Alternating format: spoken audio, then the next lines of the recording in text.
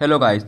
तो इस वीडियो में हम आपको पहले बता दिए हैं कि इस वीडियो में आपको कंप्यूटर की जानकारी हो जाएगी, यानी कि कंप्यूटर में क्या क्या होते हैं, क्या क्या चीज़ें होती हैं, कौन कौन से टॉपिक होते हैं। तो इस वीडियो में बहुत चीज़ों की जानकारी हो जाएगी। तो कंप्यूटर का परिचय और उसके विकास के क्रम के बारे में बात करेंगे और आगे छोटे छोटे टॉपिक्स बारे, यानी कि यह वीडियो आपके थ्योरी एग्ज़ाम के लिए है।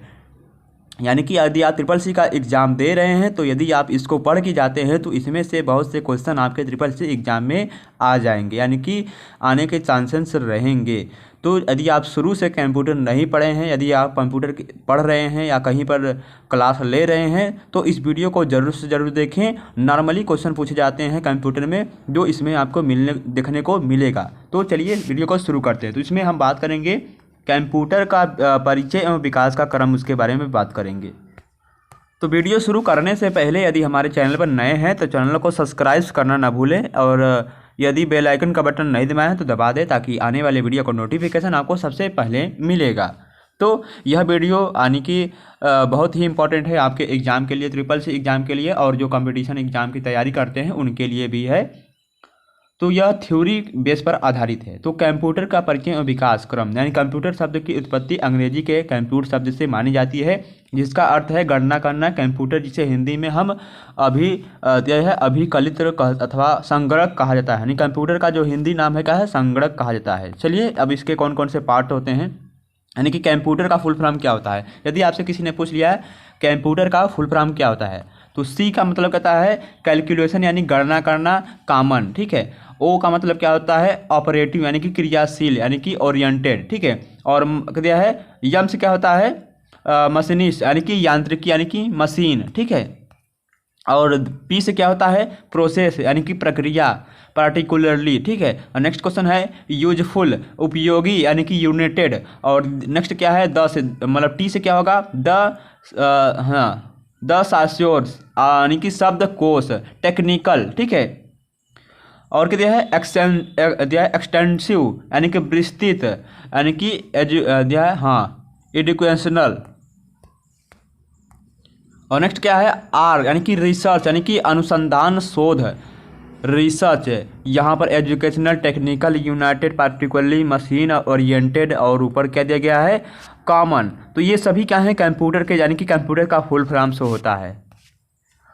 और यहाँ पर ई का मतलब एक्सटेंसिव होता है, द सायूरस, और ये यूजफुल यहाँ पर दिया है तो इसको आप पढ़ लीजिएगा। चलिए आगे बढ़ते हैं। दिया गया है कंप्यूटर टॉपिक क्या है, नेक्स्ट पॉइंट क्या है, कंप्यूटर का तात्पर्य एक ऐसे यंत्र से है जिसका उपयोग गणना, प्रक्रिया, उपयोगी अनुसंधान, यांत्रिकी शोध आदि में किया जाता है, ठीक है। नेक्स्ट क्या है कंप्यूटर का विकास के क्रम के बारे में बात करेंगे। तो कंप्यूटर का विकास क्रम जो है 3000 वर्ष पुराना है।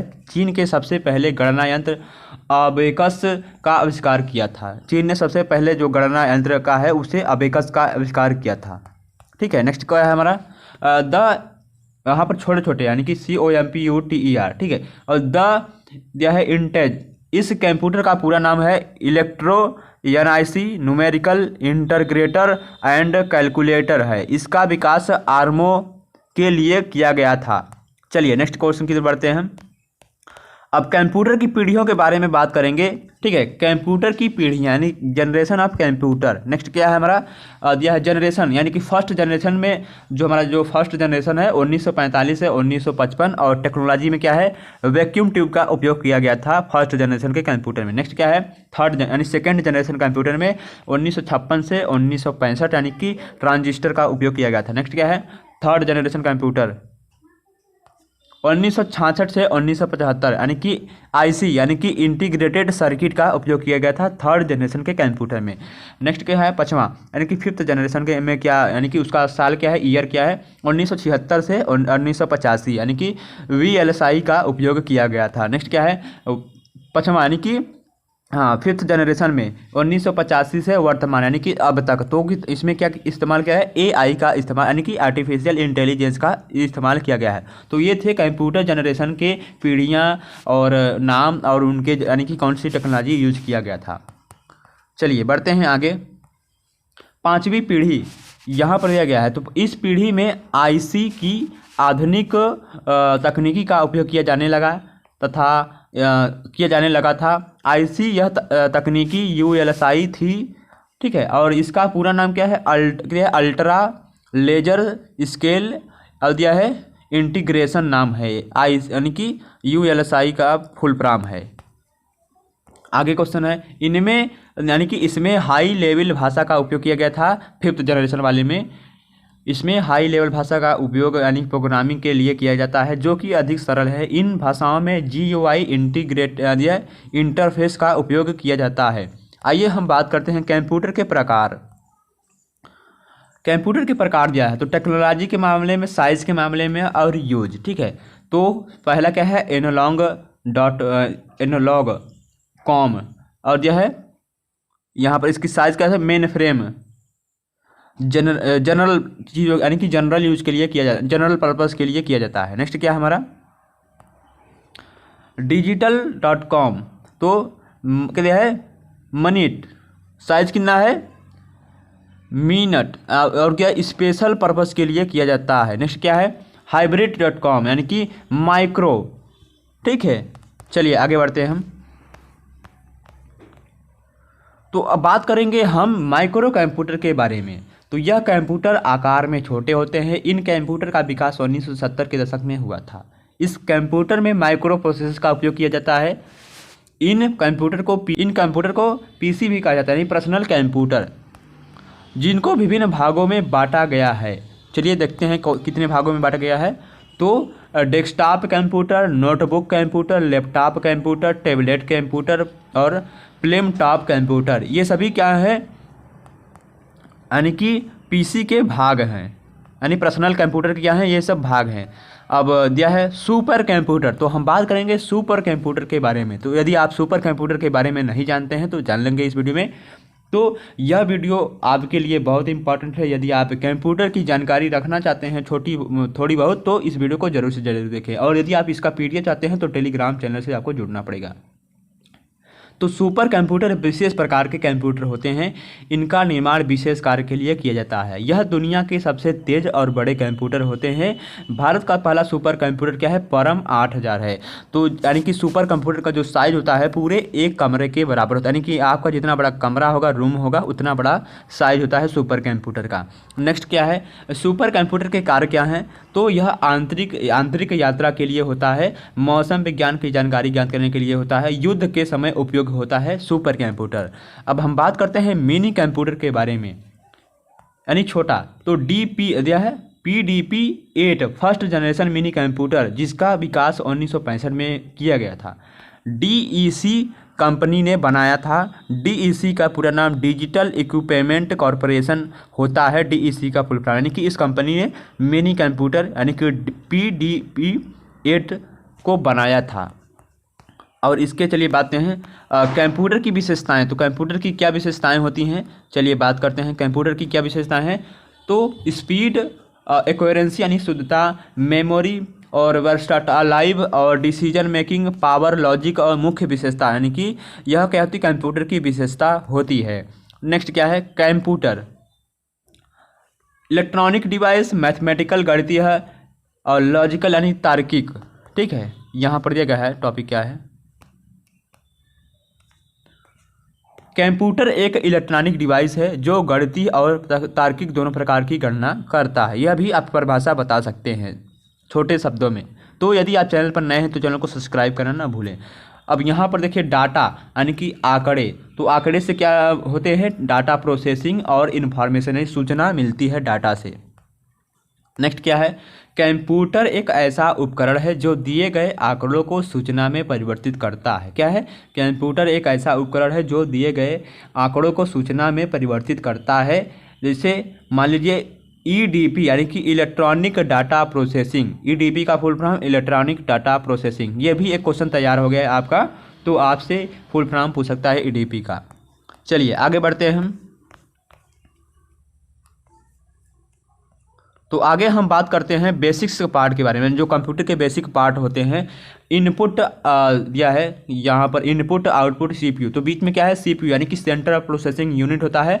तो यहाँ से इनपुट लेता है, यानी कि यह लाइट है, तो यहाँ से इनपुट लिया, CPU में गया, फिर सीपीयू से मेमोरी यानी कि जो आउटपुट है, और यहाँ पर देखिए मेमोरी, फिर यहाँ से यहाँ मेमोरी जा रही है, यहाँ मेमोरी आ रही है। ठीक है, डाटा से ले रहा है, जो मेमोरी है वो डाटा यानी कि सीपीयू से ले रहा है, ले भी रहा है और दे भी रहा है। ठीक है, यहाँ पर देखिए दिया है सीपीयू से आउटपुट प्राप्त होता है। जैसे मान लीजिए दिया गया है एग्जाम्पल, व्यक्ति जब सवाल को देखता है और फिर सवाल को ग्रहण करता है तो वह इनपुट है। जब मस्तिष्क सीपीयू विचार करता है और सवाल को हल करने के लिए सोचता है तो मस्तिष्क सीपीयू वाला कार्य करता है। मान लीजिए यह उदाहरण है। ठीक है, नेक्स्ट क्या है, और जो सवाल को अपने हाथों के द्वारा हल किया वह क्या है, आउटपुट है। जिससे किया गया है वह भाग है, और जिस सूत्र को अपनी स्मृति में धारण यानी कि धारण करते हैं, धारण किया है, वह क्या है, मेमोरी होती है।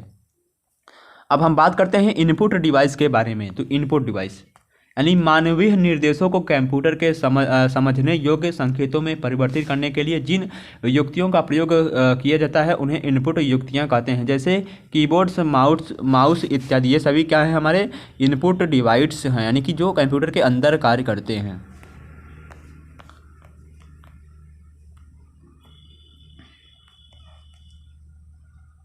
और यहाँ पर दिया है ऑनलाइन इनपुट डिवाइस। तो input device keyboard, mouse, joystick, trackball,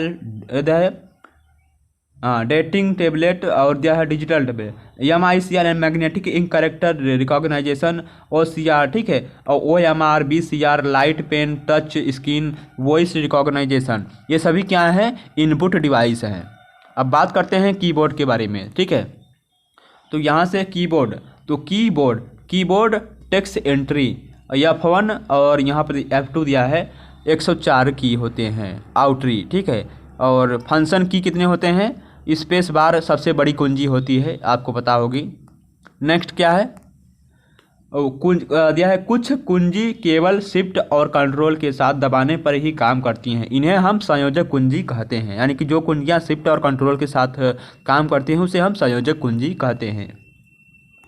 और यहाँ पर एक बार दबाने पर ऑन और ऑफ, यानी कि ऑन और दोबारा दबाने पर ऑफ हो जाती है, इन्हें हम टोंगल की कहते हैं। जैसे मान लीजिए कैप्स लॉक, नंबर लॉक और स्क्रॉल लॉक, ये सभी क्या है, टोंगल की, यानी कि इन्हें एक बार दबाने पर ऑन होता है, एक बार दबाने पर ऑफ हो जाता है। तो आपसे पूछ लिया टोंगल की किसे कहते हैं, कैप्स लॉक, नंबर लॉक और स्क्रॉल बार यानी कि स्क्रॉल लॉक। चलिए आगे बढ़ते हैं, माउस के बारे में बात करते हैं। माउस यहाँ पर दिया गया है, नेक्स्ट टॉपिक है माउस। तो माउस, ठीक है, माउस को पॉइंटिंग डिवाइस भी कहते हैं, आप बता सकते हैं। माउस 3 प्रकार के होते हैं, मैकेनिकल माउस, ऑप्टिकल माउस और वायरलेस माउस, यानी विदाउट तार वाला। नेक्स्ट क्या है, माउस में कुल 3 बटन होते हैं, लेफ्ट बटन और राइट बटन, और बीच में एक स्क्रॉल बटन होता है। वर्तमान में ऑप्टिकल माउस सबसे अधिक प्रयोग हो रहा है, यानी कि वर्तमान में ऑप्टिकल माउस सबसे अधिक प्रयोग होता है। अब हम बात करते हैं स्कैनर के बारे में। तीसरा क्या है, स्कैनर। तो इससे हम सूचना एवं डाटा को कंप्यूटर के अंदर सीधे इनपुट कर सकते हैं। अधिकांश डॉक्यूमेंट या फाइल जो स्टोर करते हैं वह 2 रूपों में स्टोर होते हैं। तो कौन कौन से यानी कि चीज़ों में स्टोर होते हैं, तो पहला है PDF के फॉर्मेट, यानी पोर्टेबल डॉक्यूमेंट फॉर्मेट होता है PDF। यहाँ से आपका क्वेश्चन भी तैयार हो रहा है, आपको ध्यान दीजिए। और दूसरा है JPEG फॉर्मेट, यानी कि ज्वाइंट पिक्चर एक्सपर्ट ग्रुप के रूप में होता है, यानी कि joint picture expert group, picture photography. और यहाँ पर दिया है A3 A4 पेज साइज वाले स्कैनर को फ्लैट BED स्कैनर कहते हैं। बड़े कागज़ के लिए स्कैन करने वाले स्कैनर को हम पोर्टेबल स्कैनर कहते हैं। यहाँ से बहुत सारे आपको क्वेश्चन बन रहे हैं, तो चलिए आगे बढ़ते हैं। आगे हम बात करते हैं वेब कैमरा के बारे में। हाँ, तो अभी तक आपने अपने दोस्तों को नहीं शेयर किया तो इस वीडियो को शेयर कर दें। तो आगे हम बात करते हैं वेब कैमरा। तो फोटो स्क्रीन पर दिखाई देती है वेब कैमरा जो होती है, यानी कि आपको यदि आपके पास लैपटॉप है तो उसमें कैमरा होगा, अगर लैपटॉप नहीं है यानी कि CPU और मॉनिटर है तो उसमें कैमरा नहीं होते, तो आपको अलग से कैमरा लगाने होते हैं जिसे हम वेब कैमरा बोलते हैं। तो इस तरह का कुछ होता है, तो आपको उसमें सेट करके लगाना होता है। उससे हम यानी कि उससे क्या होता है, फ़ोटो स्क्रीन पर दिखता है। जॉयस्टिक, इससे कंप्यूटर में खेलने यानी कि खेल खेलने के लिए समय उपयोग किया जाता है। यानी कि जॉय स्टिक, जैसे मान लीजिए जो गाड़ी की जो होती है गियर वाली, जहाँ पर जो 4 व्हीलर की गाड़ी होती है इस तरह के जो गियर शो लगे होते हैं वैसे ही होती है जॉय स्टिक, ठीक है, जिसे हम विभिन्न दिशाओं में घुमा सकते हैं यानी कि चारों तरफ। चलिए हम अब थोड़ी सी और जानकारी देते हैं। 6वां नंबर BCR यानी कि बार कोड रीडर। तो विभिन्न दिया गया है, बार कोड रीडर के बारे में बात करते हैं। तो विभिन्न प्रकार के विभिन्न वस्तुओं के पैक पर रहता है जिस पर वस्तु से संबंधित समस्त जानकारी होती है, यानी कि बार कोड इस तरह का होता है। क्या होता है? बार कोड इस तरह का होता है, आपको देखना है, ये मतलब इस तरह से बार कोड होता है, देख लीजिए। अब हम बात करते हैं MICR यानी मैग्नेटिक इंक करेक्टर रीडर होता है। तो चेक पर विशेष चुंबकीय स्याही द्वारा करेक्टर छापे जाते हैं। क्या है? चेक पर, यानी कि जो बैंक में चेक होते हैं उन पर एक विशेष प्रकार की स्याही द्वारा उन पर बने होते हैं, उसे हम MICR कहते हैं। नेक्स्ट क्या है? OMR। तो ऑप्टिकल मार्क रीडर यानी कि ABCD, यानी कि इस तरह के आपके पेपर यदि OMR शीट पर होते हैं MCQ ऑफलाइन पेपर, तो OMR पर होते हैं गोले वाले। तो इस तरह से यानी प्रतियोगी परीक्षाओं में इस तरह के क्वेश्चन यानी कि इस तरह के पेपर होते हैं OMR जो कि मशीन द्वारा चेक होते हैं। और यहाँ पर दिया है QR कोड। तो क्विक रिस्पांस कोड होता है QR कोड। तो इसमें हम सीधे ही वेबसाइट पर पहुँच जाते हैं। तो जो हमारा QR कोड है कुछ इस तरह का होता है। चलिए आगे बढ़ते हैं हम। यहाँ पर दिया गया नेक्स्ट क्या है? माइक्रोफोन MIC यानी कि आवाज़ रिकॉर्ड करके कंप्यूटर भेज सकते हैं। आवाज़ को रिकॉर्ड करके कंप्यूटर में भेज सकते हैं माइक्रोफोन की सहायता से, यानी कि इस समय जो हम रिकॉर्ड कर रहे हैं वीडियो, यानी कि माइक के द्वारा कर रहे हैं। नेक्स्ट क्या है? Light pen. तो लाइट पेन का उपयोग कंप्यूटर स्क्रीन पर कोई चित्र या आकृति के निर्माण करने के लिए किया जाता है। आगे है टच स्क्रीन। तो टच स्क्रीन का उपयोग बैंकिंग, रेलवे, एयरपोर्ट, लाइब्रेरी में कैटलाइन फाइल को ढूंढने में किया जा रहा है। और यह वॉइस रिकॉग्नाइजेशन यानी कि इसकी सहायता से हम डाटा को कंप्यूटर में बोलकर इनपुट करा सकते हैं। चलिए आगे बढ़ते हैं हम। तो आज के लिए इतना जानकारी आपके कंप्यूटर के लिए, यदि आप कंप्यूटर में कुछ नहीं जानते हैं तो इस वीडियो को देख लेंगे तो आप जानकारी प्राप्त कर सकते हैं। तो आज के लिए इतना काफ़ी। इसके नेक्स्ट पार्ट में मिलेंगे तो बेल आइकन को ऑन रखिएगा ताकि इसका यदि नेक्स्ट पार्ट आता है तो आपको नोटिफिकेशन सबसे पहले पहुँचेगा। तो धन्यवाद। यदि वीडियो को अच्छा लगे तो वीडियो को लाइक और चैनल को सब्सक्राइब करना न भूलें।